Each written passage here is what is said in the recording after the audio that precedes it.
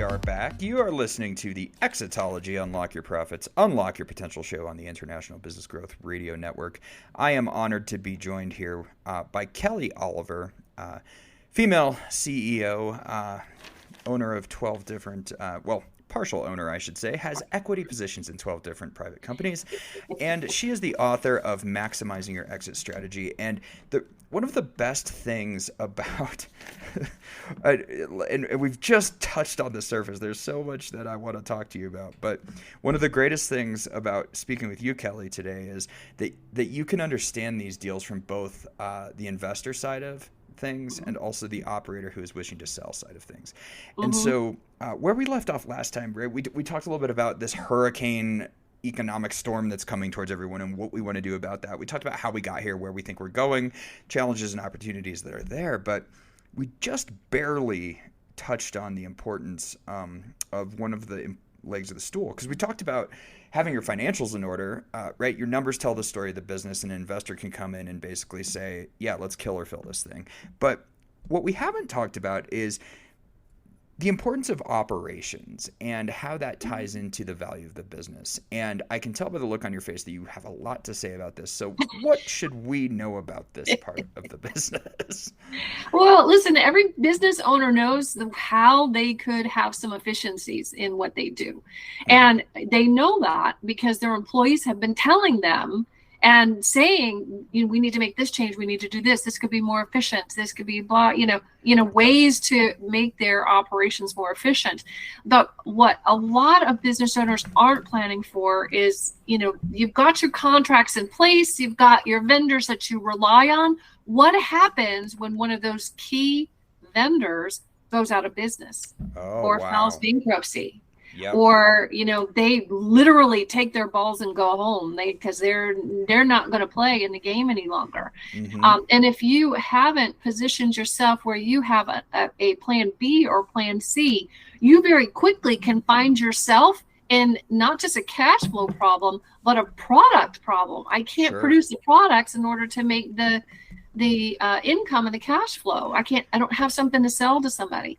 Well, we saw this happen kind of in your neck of the woods, actually, the southeast area of the United States of America, where leading up to the COVID piece of time frame, I should say, leading up to COVID time, we had some people who were very prepared because they had their vendors in order. They had their supply chain in order. They bought ahead and actually warehoused product, et cetera, et cetera. Yes. And the short version of it is what they were able to do was take their very strong operation and buy two of their weaker competitors out at pennies on the dollar of what they would have, bought them for years prior. And it was because of two things. One was preparation that we've been talking about. Not just financials, not just all this, but more importantly, to your point, it was the operational preparation, right?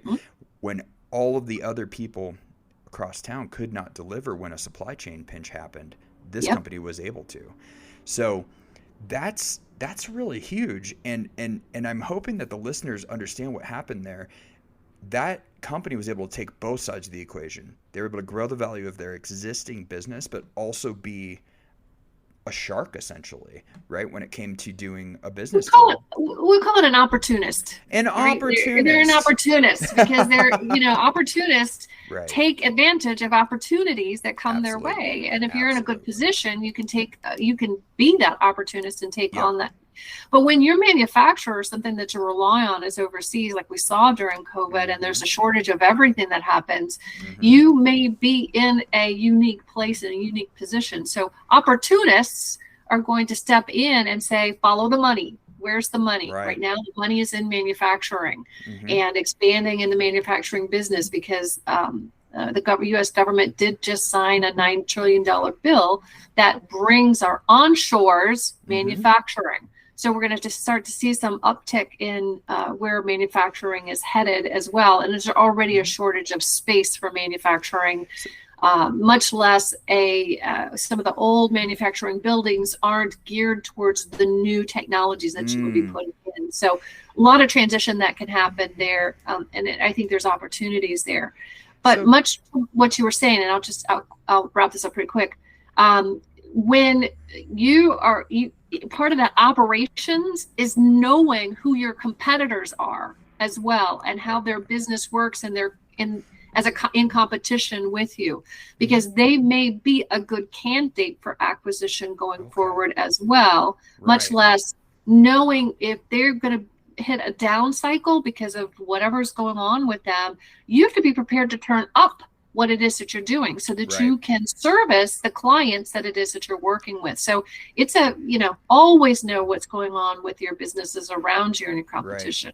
Well, I love how many different disciplines you're bringing to bear as you kind of walk people through this, because something that occurred to me as I was thinking about this, if I restate differently what you just said, one of the major trends in the marketplace is the re-onshoring of a lot of our manufacturing base. And so there's a lot of incentives that have been put in place that are going to attract capital investment to make that happen. But how does that intersect? How does this next 10 years look, where capital investment is going towards this manufacturing base rebuild, if you will? How does that intersect with the baby boomer megatrend and people selling to a third party, or people merging with competitors and vendors, and people doing seller financing deals? Like, how does this growth trend over here intersect with exit strategy over here? Oh, that's a really great question, because they are so very intertwined. When you talk about who is my key buyer, who am I going to sell this business to, and if you're planning, you have a lot more options to find who your key buyer is going to be than if you wait too late into the process, and maybe you're in a desperate sale, or your family is having to sell your business for pennies on the dollar. Other people will be opportunists. Okay. Yeah. Because we want whatever happens, if the moment of opportunists arriving happens, right? If the moment of opportunity happens, you want to be on the power side of that, and not the right. Yeah. Not the oops, it snuck up on me side. I think that's one of the keys.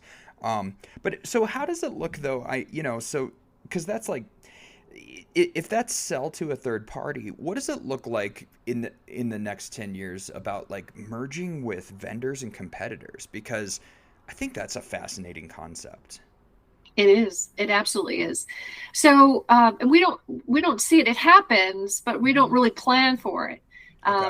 Because usually it's something that we have a manufacturing company today. They hit what they feel is a peak and what it is their performance is. And because they're at the peak, they've made a decision to sell. Because they're at the peak of what it is that they're doing. Now, what we know is that they're at the peak of the level that they're at. Now, someone else can come in and reorganize in such a way that has them reach a new peak. So, there's those kinds of opportunities in your business as well. But some of the older businesses that have been around, very strategic, have been here for a long time, they've hit the peak of where they are. Now something else needs to come into to help them reach a new peak. Might be technology, might be new processes, might be new vendors, might be new ways of doing things. But that owner may not be wanting or willing to take that on. It's a big thing, right? It's not a little thing. Everybody has to be trained, and it takes them outside of their comfort zone because they've never been in that space before. So some will decide to not make that transition. So what we want to do is maximize their profit for where they are in the world, and that will help appeal to a specific buyer. So we'll understand who that buyer is and what they're interested in and what their categories are. And we're kind of time limited here, so I want to call out something. If y'all are benefiting from what Kelly is talking about here, definitely get a copy of her book. Kelly, tell us what the book is called. Tell us where to find it real quick. Sure. It's Maximizing Your Exit Strategy. It is a guide to selling your business in today's market, not tomorrow, today's market, or not yesterday. It is available on Amazon in paperback if you want to hold on to something. And right now, actually, it's free on Kindle. Oh, great. So you can go to Amazon.com, look up Maximizing Your Exit Strategy by Kelly Oliver, and you will click the right buttons and get this book for free.